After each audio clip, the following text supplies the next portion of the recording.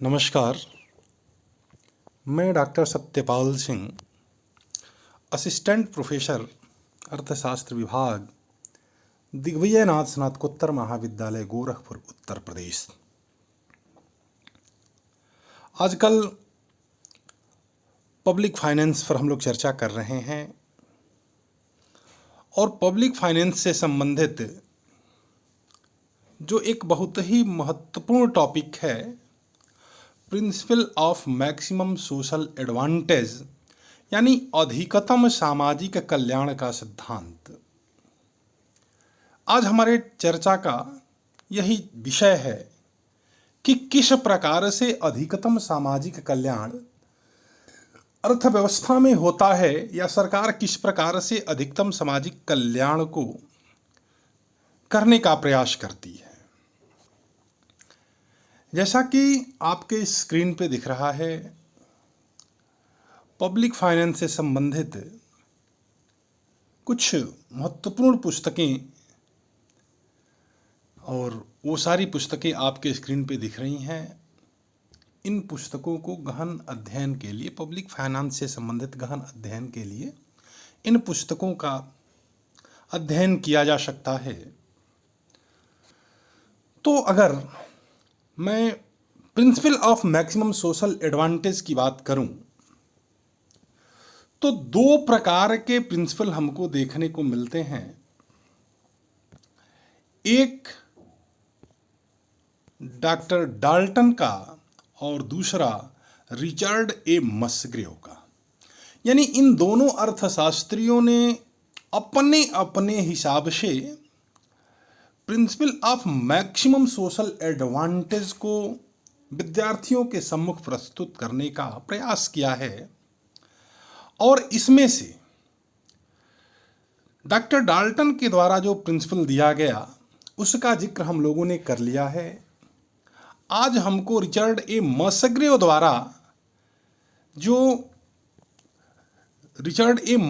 द्वारा जो maximum social advantage या principle of maximum social advantage Richard A Musgrave ने दिया, उसका जिक्र आज हम लोगों को करना है। जैसा कि हमने पिछले ही लेक्चर में बताया था कि अधिकतम सामाजिक कल्याण के सिद्धांत को सर्वप्रथम अंग्रेज अर्थशास्त्री डॉक्टर डाल्टन ने अपनी पुस्तक प्रिंसिपल्स ऑफ पब्लिक फाइनेंस में पाठकों के सामने, विद्यार्थियों के सामने प्रस्तुत करने का प्रयास किया।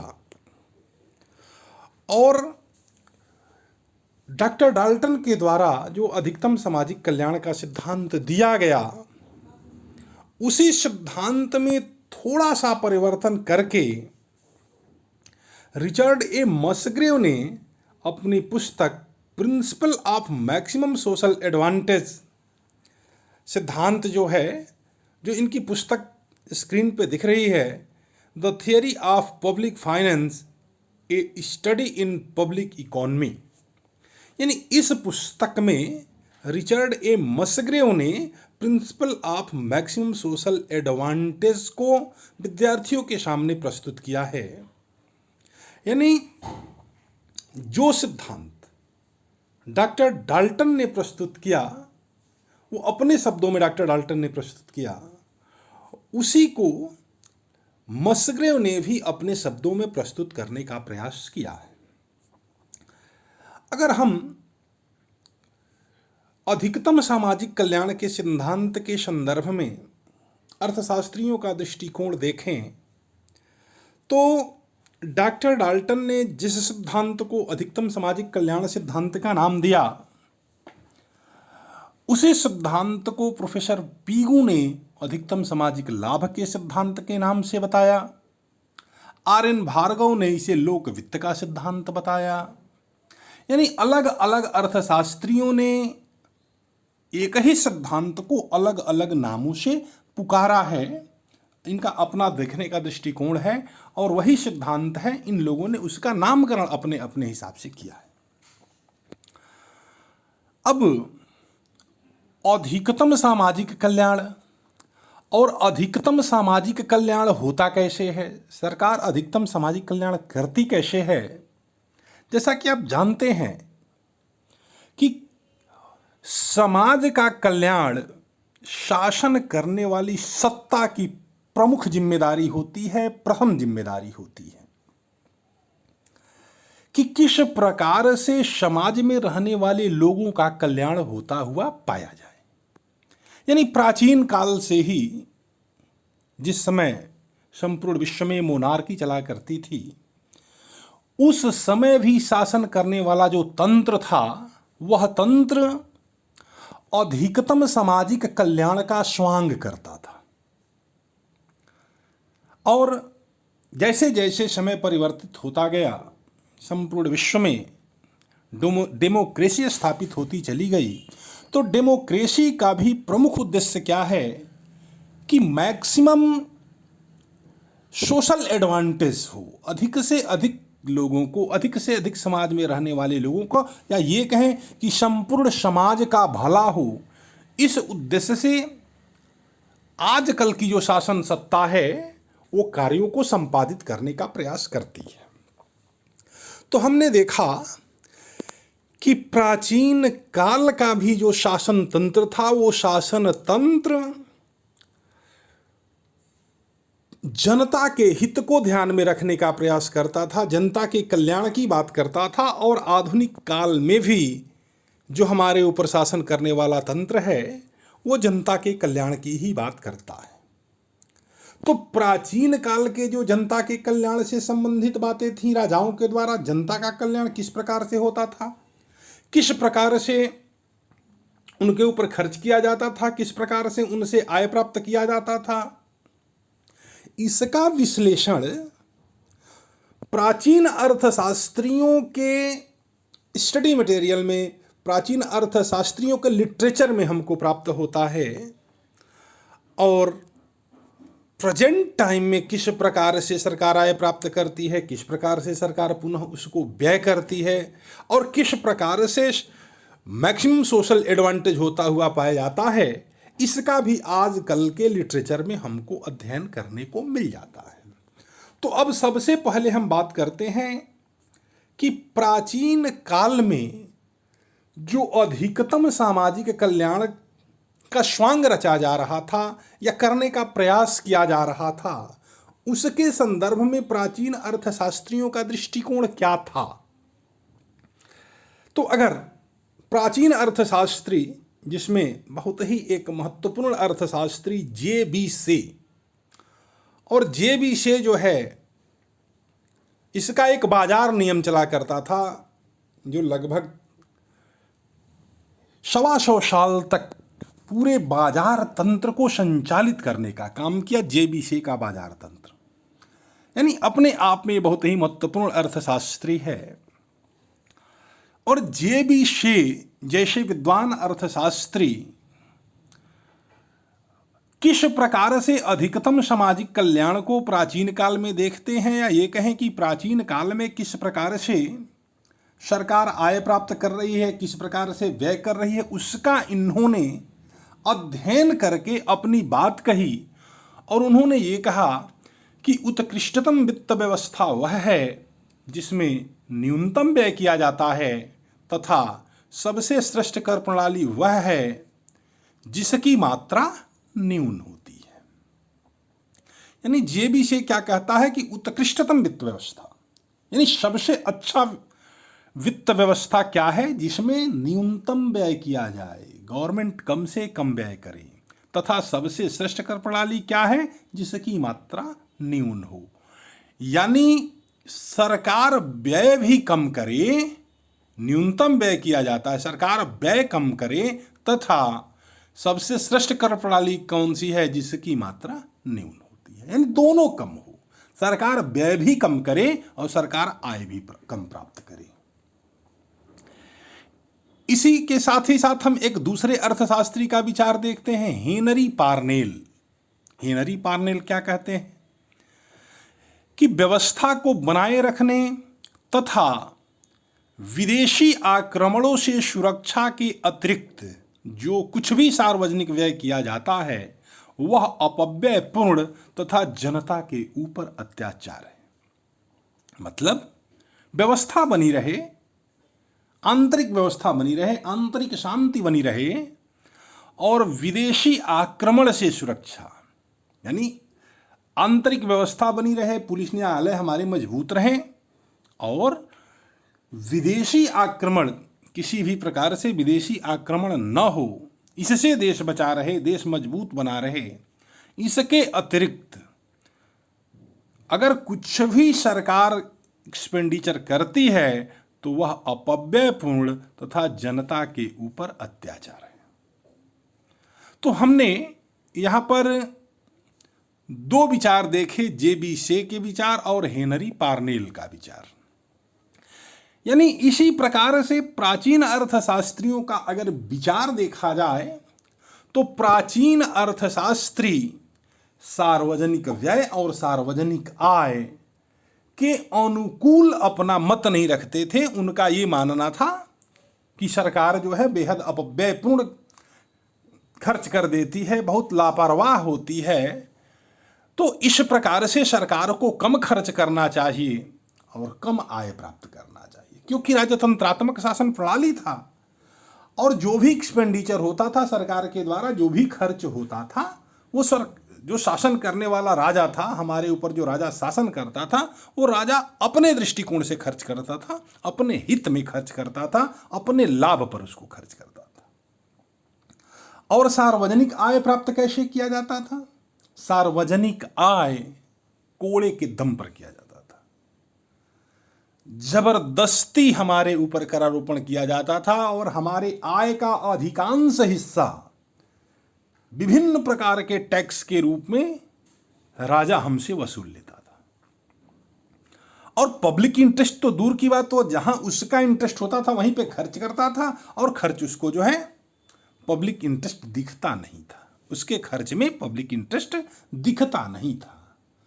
तो तत्कालीन परिस्थितियों को देखते हुए उस समय के जो विद्वान थे, उस समय के जो अर्थशास्त्री थे, उनका मत क्या था कि अगर यह पैसा जो राजा के पास चला जा रहा है, वह पैसा लोगों के बहुत ही मेहनत और मशक्कत के बाद इकट्ठा होता है, पैदा होता है, और उसका अधिकांश हिस्सा राजा वसूल ले रहा है, तो वह व्यक्ति जो हाड़ तोड़ मेहनत करके, खून पसीना गला करके, जला करके जो दो पैसा अर्जित कर रहा है, वह पैसा राजा ले रहा है। अगर वही पैसा अगर उस व्यक्ति के पास छोड़ दिया जाए तो व्यक्ति जो है भरपेट भोजन तो कर लेगा, ढंग का खाना तो खा लेगा, उसके बच्चे भरपेट भोजन तो कर लेंगे, अच्छी शिक्षा तो ग्रहण कर लेंगे, अच्छे घर में रह तो लेंगे।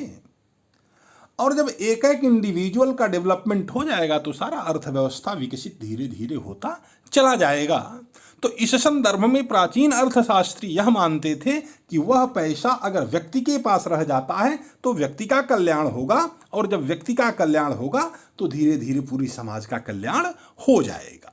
तो प्राचीन अर्थशास्त्रियों का यही दृष्टिकोण सार्वजनिक आय और सार्वजनिक व्यय के संदर्भ में था। लेकिन बदलती हुई आर्थिक और सामाजिक परिस्थितियां, बदलती हुई राजनैतिक परिस्थितियां बहुत कुछ बदल दी, और जब बहुत कुछ बदली, राजनैतिक परिदृश्य भी चेंज होने लगा और मोनार्की धीरे धीरे समाप्त होने लगा, डेमोक्रेसी स्थापित होने लगी, प्रजातंत्र की स्थापना होने लगी।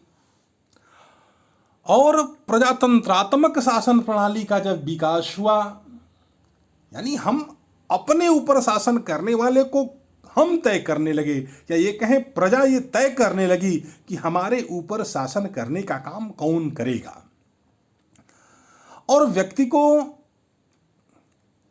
जब ये दिख जाएगा कि अमुक व्यक्ति जो है हमारे लिए, जनता के लिए अच्छा होगा, तो व्यक्ति उसी को वोट देंगे। यानी प्रजातंत्रात्मक शासन प्रणाली के संदर्भ में क्या कहा जाता है कि जनता का जनता के ऊपर, जनता के द्वारा किया जाने वाला शासन है। तब ऐसी शासन सत्ता संपूर्ण विश्व में धीरे धीरे जब स्थापित होने लगी, तब जो शासन करने वाला तंत्र था, वह शासन करने वाला तंत्र अब पब्लिक इंटरेस्ट की चीज़ों को खोज खोज करके ले आने लगी और उसको एडाप्ट करने लगी कि मैं पब्लिक इंटरेस्ट में ये करूँगा, मैं पब्लिक इंटरेस्ट में ये करूँगा। यानी हमारे जीवन से संबंधित तमाम पहलुओं को, तमाम क्षेत्रों को प्रजातंत्रात्मक शासन प्रणाली के अंतर्गत एडाप्ट किया गया। और जैसे जैसे प्रजातंत्रात्मक शासन प्रणाली का विकास होता गया, सरकार के द्वारा विभिन्न क्षेत्रों को जब एडाप्ट किया जाने लगा, तब ऐसी स्थिति में अधिकतम सामाजिक कल्याण दिखने लगा। और अधिकतम सामाजिक कल्याण जब दिखने लगा, तो जैसे कि आप देख रहे हैं कि अब आधुनिक अर्थशास्त्रियों के क्या विचार हुए।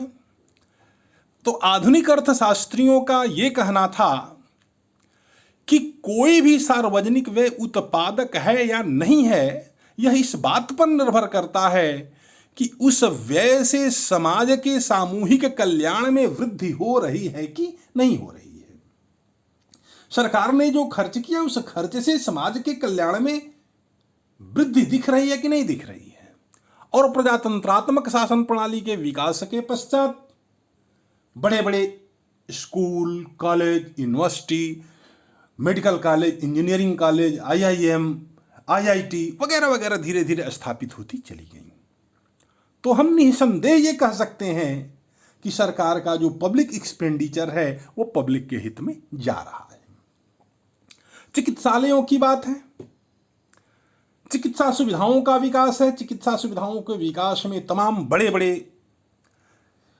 PGI खुले, जैसे उसके बाद एम्स खुल रहे हैं, बड़े बड़े चिकित्सीय संस्थान खुल रहे हैं। तो ये भी हम देख को कह सकते हैं कि सरकार के द्वारा किया जा रहा जो एक्सपेंडिचर है वो पब्लिक इंटरेस्ट में है, पब्लिक वेलफेयर में है। स्वास्थ्य सुविधाओं का विकास,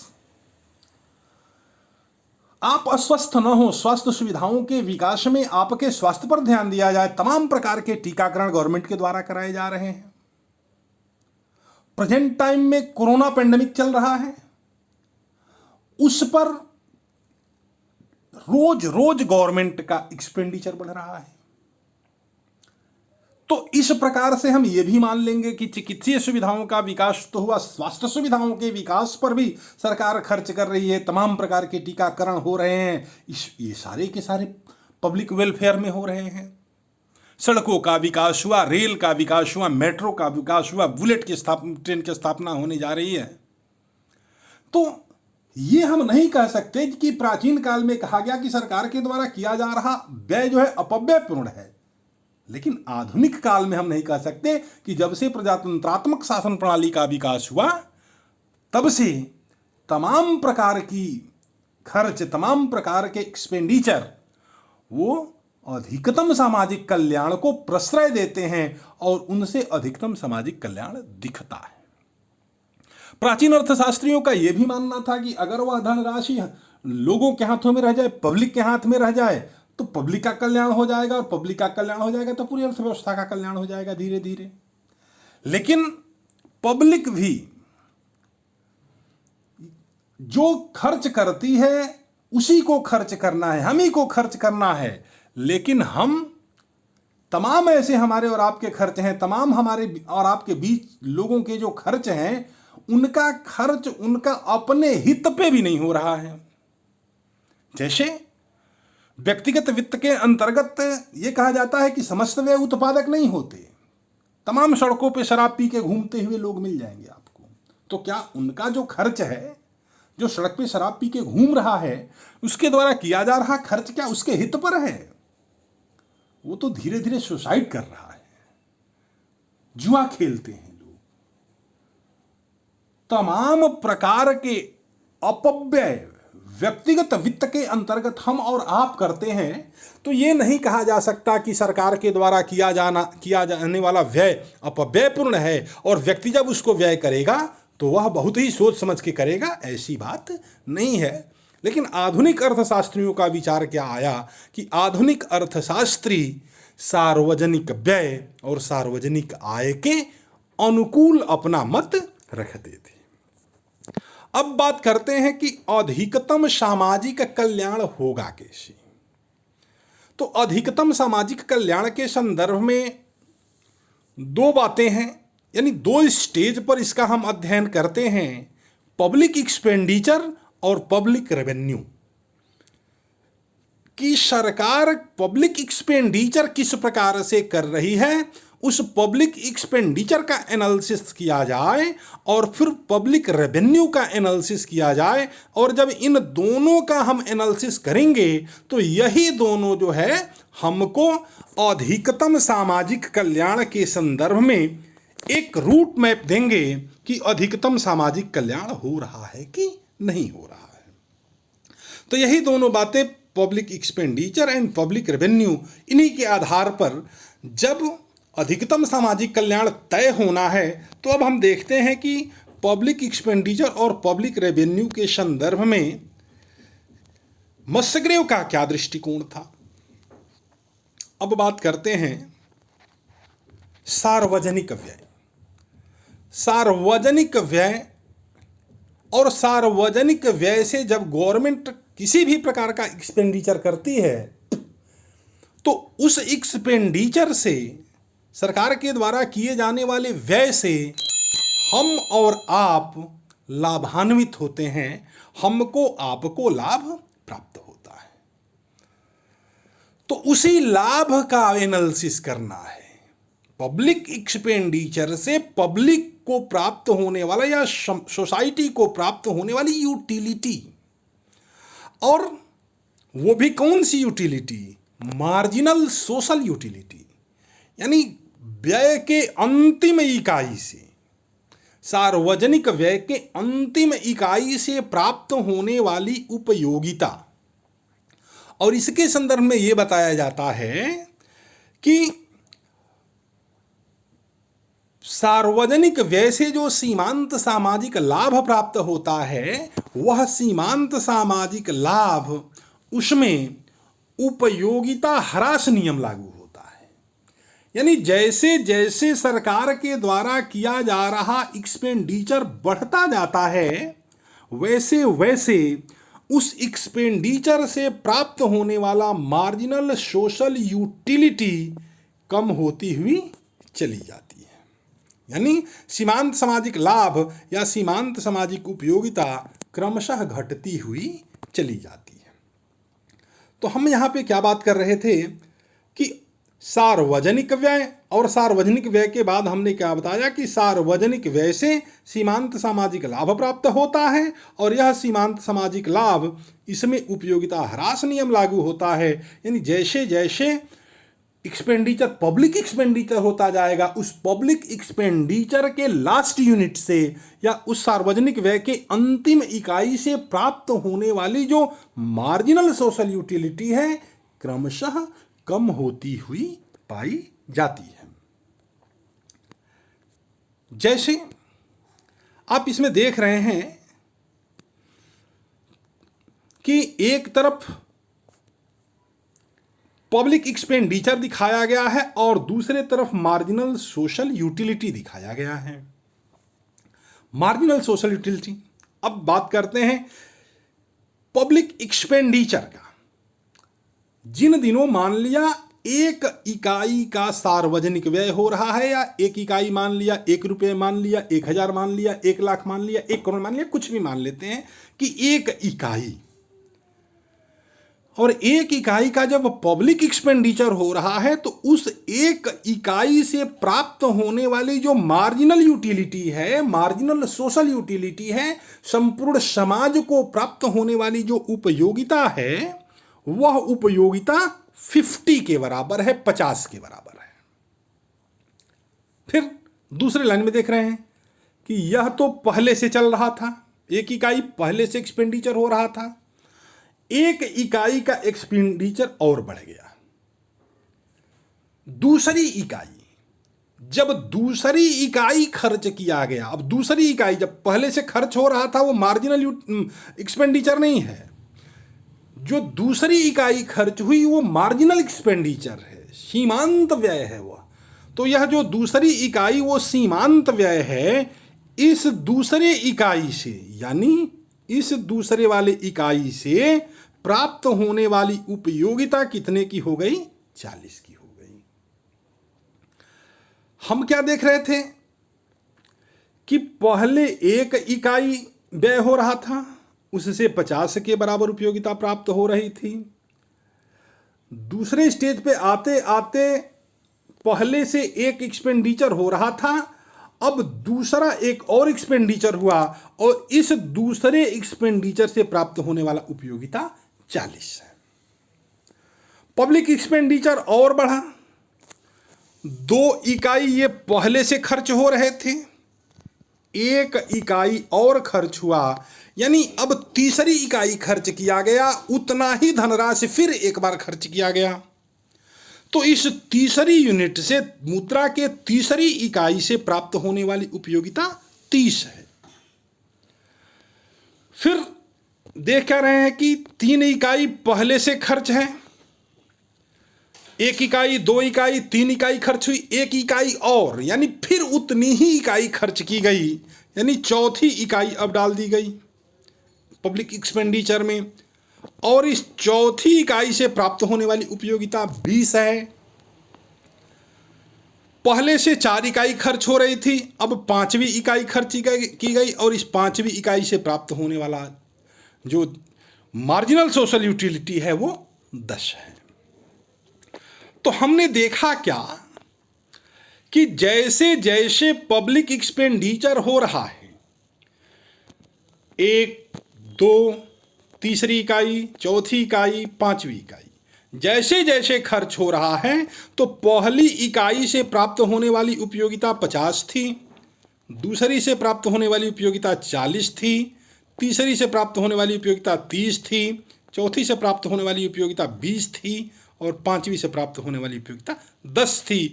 यानी जैसे जैसे पब्लिक एक्सपेंडिचर होता जा रहा है, प्राप्त होने वाली जो मार्जिनल सोशल यूटिलिटी है क्रमशः गिरती हुई पाई जा रही है। यानी पहले से 50 के बराबर, दूसरे से 40 के बराबर, तीसरे से 30 के, चौथे से 20, 5वें से 10 गिर रहा है। मार्जिनल सोशल यूटिलिटी गिर रहा है और इसी को जो है हम रेखा चित्र के माध्यम से दिखा रहे हैं कि OX अक्ष पर जो है पब्लिक एक्सपेंडिचर दिखाया गया है और OY अक्ष पर, इस OY अक्ष पर मार्जिनल सोशल यूटिलिटी दिखाया गया है। हम देख क्या रहे हैं कि जिन दिनों 1 इकाई का पब्लिक एक्सपेंडिचर हो रहा है उन दिनों 50 के बराबर यूटिलिटी, मार्जिनल यूटिलिटी प्राप्त हो रही है। तो 1 जिन दिनों है उन दिनों मार्जिनल यूटिलिटी 50,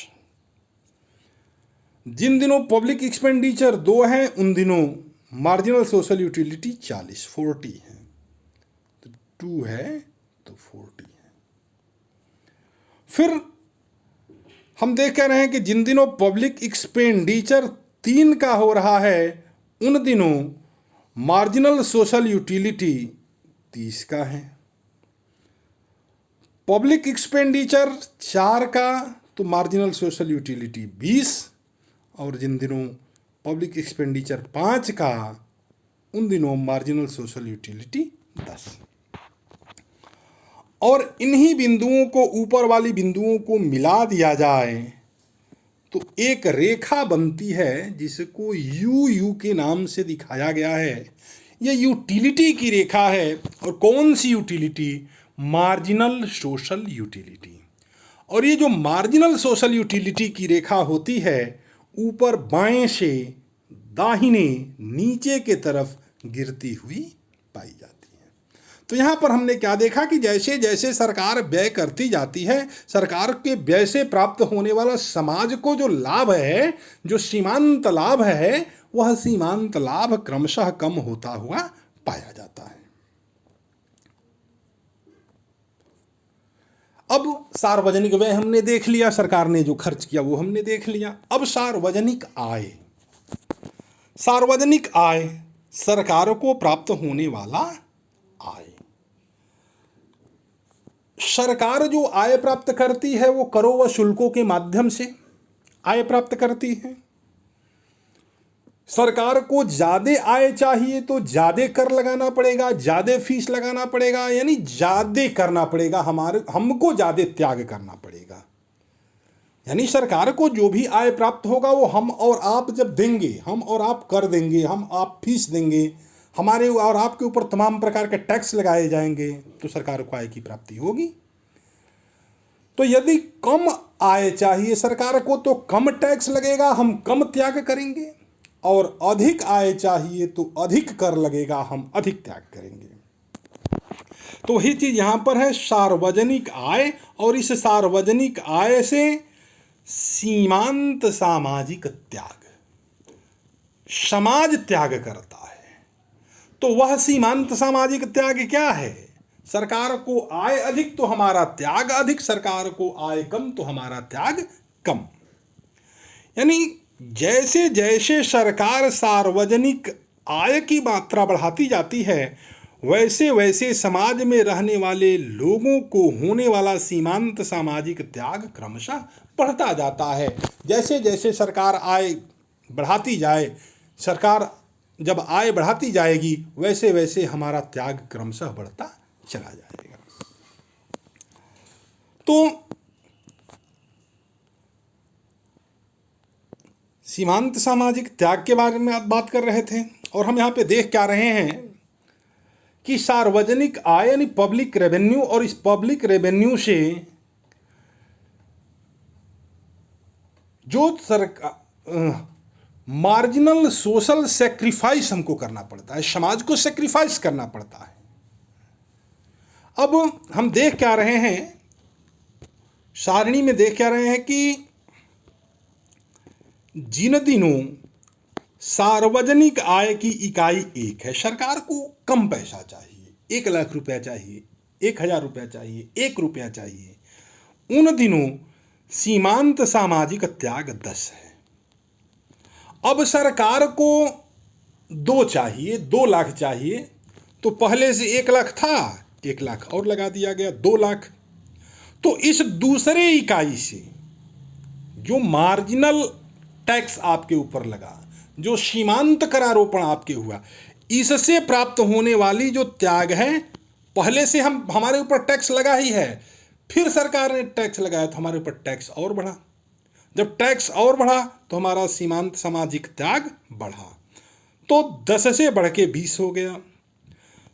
सार्वजनिक आय मान लिया सरकार ने 3 प्राप्त करने लगा, सरकार 3 रुपए या 3 लाख रुपए सरकार ने सार्वजनिक आय प्राप्त किया, तो सीमांत सामाजिक त्याग 30। सीमांत सामाजिक आय 4 तो सीमांत सामाजिक त्याग 40, और सीमांत सामाजिक 40 हो गया। उसके बाद अगर सार्वजनिक आय की इकाई 4 से बढ़ के 5 होती है तो सीमांत सामाजिक त्याग 40 से बढ़ के 50। यानी जैसे जैसे हम बात कर रहे थे कि जैसे जैसे सार्वजनिक आय बढ़ता जाएगा, वैसे वैसे हमारा त्याग भी क्रमशः बढ़ता चला जाएगा। जो हम देख रहे हैं 10 है, 20 है, 30 है, 40 है, 50। अब यहीं पर जो है मस्ग्रेव परिवर्तन यहीं पर करता है। इसके पहले यानी पब्लिक एक्सपेंडिचर तक तो जो बात डाल्टन ने कही वही बात जो है मस्ग्रेव ने भी कही। यहां भी पब्लिक जो सार्वजनिक आय है, सार्वजनिक आय और सीमांत सामाजिक त्याग, बात वही कह रहा है, ये भी मस्ग्रेव भी बात वही कह रहा है, लेकिन रेखा चित्र में थोड़ा सा परिवर्तन कर दिया है। रेखा चित्र में जो है ओ एक्स को कुछ इस तरह से बना दिया है और ओ वाई को नीचे की तरफ ले आया है, और ओ एक्स पर आय प्रदर्शित किया गया है, ओ वाई पर सीमांत सामाजिक त्याग प्रदर्शित किया गया है। आय की इकाइयां 1 2 3 4 5 आय है, तो 1 2 3 4 5 यहाँ पर आय प्रदर्शित किया गया है। सीमांत सामाजिक त्याग 10 20 30 40 50, तो यहाँ भी जो है 10 20 30 40 50 यहाँ भी यही दिखाया गया है। अब जिन दिनों 1 रुपये का सार्वजनिक आय प्राप्त हो रहा है, उन दिनों 10 के बराबर सीमांत सामाजिक त्याग, 1 है तो 10 है, 2 है तो 20 है। जिन दिनों 3 सार्वजनिक आय प्राप्त हो रहा है, उन दिनों सीमांत सामाजिक त्याग 30 है। जिन दिनों सार्वजनिक आय 4 है उन दिनों सीमांत सामाजिक त्याग 40 है। जिन दिनों आय 5 के बराबर उन दिनों सीमांत सामाजिक त्याग 50 के बराबर। और इन्हीं बिंदुओं को मिला दिया गया है तो एक रेखा बनती है SS। ये सेक्रीफाइस की रेखा है, यानी मार्जिनल सोशल सेक्रीफाइस, सीमांत सामाजिक त्याग की रेखा। और यह जो सीमांत सामाजिक त्याग की रेखा है जो आप देख क्या रहे हैं कि ये भी बाएं से दाहिने की तरफ यहाँ पे गिरती हुई इस रेखा चित्र में प्रदर्शित की गई है। अब बात करते हैं कि अधिकतम सामाजिक कल्याण कहाँ होगा।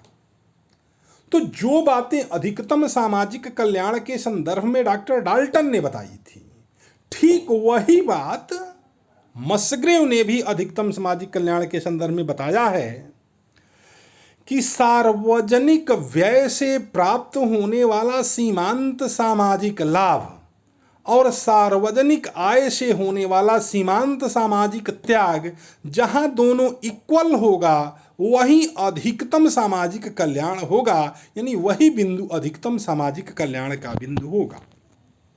तो यहाँ पर हम देख कर रहे हैं कि तीसरे स्टेज पर, ये जो तीसरा स्टेज है यहाँ पे दिख रहा है कि सार्वजनिक व्यय यदि 3 है तो सार्वजनिक व्यय से प्राप्त होने वाला सीमांत सामाजिक लाभ 30 है, और सार्वजनिक व्यय 3 है तो सार्वजनिक आय भी 3 अगर हो जाए तो सीमांत सामाजिक त्याग भी 30 होगा, यानी सीमांत सामाजिक लाभ और सीमांत सामाजिक त्याग जहां दोनों एक बराबर होगा वहीं पर अधिकतम सामाजिक कल्याण होगा। तो चाहे डाल्टन हो चाहे मसग्रेव हो, इन दोनों के अनुसार अधिकतम सामाजिक कल्याण का बिंदु यही है। और यहाँ पे हम देख क्या रहे हैं कि ये यू यूटिलिटी की रेखा है और SS सेक्रीफाइस की रेखा है। और इन दोनों में हम देख क्या रहे हैं कि MT, जहाँ से MT और MP ये दोनों दूरियां एक समान हैं, यानी सीमांत सामाजिक लाभ और सीमांत सामाजिक त्याग, ये जो है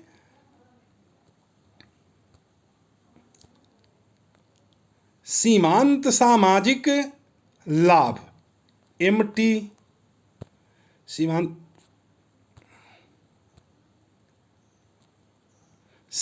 सामाजिक लाभ M और T, और सीमांत सामाजिक त्याग M और P, ये दोनों इक्वल है, यानी सीमांत सामाजिक लाभ और सीमांत सामाजिक त्याग दोनों जहां एक बराबर होगा वहीं अधिकतम सामाजिक कल्याण होगा। यानी यह OM बिंदु अधिकतम सामाजिक कल्याण का बिंदु है और यहीं पर सरकार को आय प्राप्त करना चाहिए, OM सरकार को आय प्राप्त करना चाहिए और OM सरकार को सार्वजनिक व्यय करना चाहिए। और यहाँ से TM सीमांत सामाजिक लाभ है और PM सीमांत सामाजिक त्याग है, दोनों एक बराबर है, अतः यही अधिकतम सामाजिक कल्याण का बिंदु है। यदि इससे कहीं इधर उधर होता है, जैसे मान लिया यहाँ पर 2, सार्वजनिक व्यय 2 का हो जाए, कम हो जाए, तो सार्वजनिक व्यय यदि कम होगा तो यहाँ पर हम देख क्या रहे हैं कि दोनों में इक्वलिटी नहीं है, सीमांत सामाजिक लाभ अधिक और सीमांत सामाजिक त्याग कम। या अगर यही आगे बढ़ जाए, यहाँ 4 पे चला आए, तो यहाँ भी हम देख क्या रहे हैं कि एक बड़ा हो जा रहा है, एक छोटा हो जा रहा है। तो ऐसी परिस्थिति में दोनों अर्थशास्त्रियों का मानना क्या है कि अधिकतम सामाजिक कल्याण होगा कहाँ। तो अधिकतम सामाजिक कल्याण के संदर्भ में ये बताया गया कि सार्वजनिक व्यय से प्राप्त होने वाला सीमांत सामाजिक लाभ और सार्वजनिक आय से प्राप्त होने वाला सीमांत सामाजिक त्याग दोनों जहां इक्वल होगा वहीं अधिकतम सामाजिक कल्याण का बिंदु होगा। तो इस प्रकार हमने देखा कि मसग्रेव ने भी अपने रेखा चित्र के माध्यम से और पुराने ही सिद्धांतों के आधार पर, डाल्टन के द्वारा दिए गए सिद्धांतों के आधार पर अधिकतम सामाजिक कल्याण के सिद्धांत को हमको समझाने का प्रयास किया। तो इस प्रकार हमने दोनों अर्थशास्त्रियों के, डाल्टन के और मस्ग्रेव का, इन दोनों अर्थशास्त्रियों का मैक्सिमम सोशल एडवांटेज थ्योरी का जिक्र किया और हमें उम्मीद है कि आपको ये सारी बातें समझ में आई होंगी। तो बहुत बहुत धन्यवाद।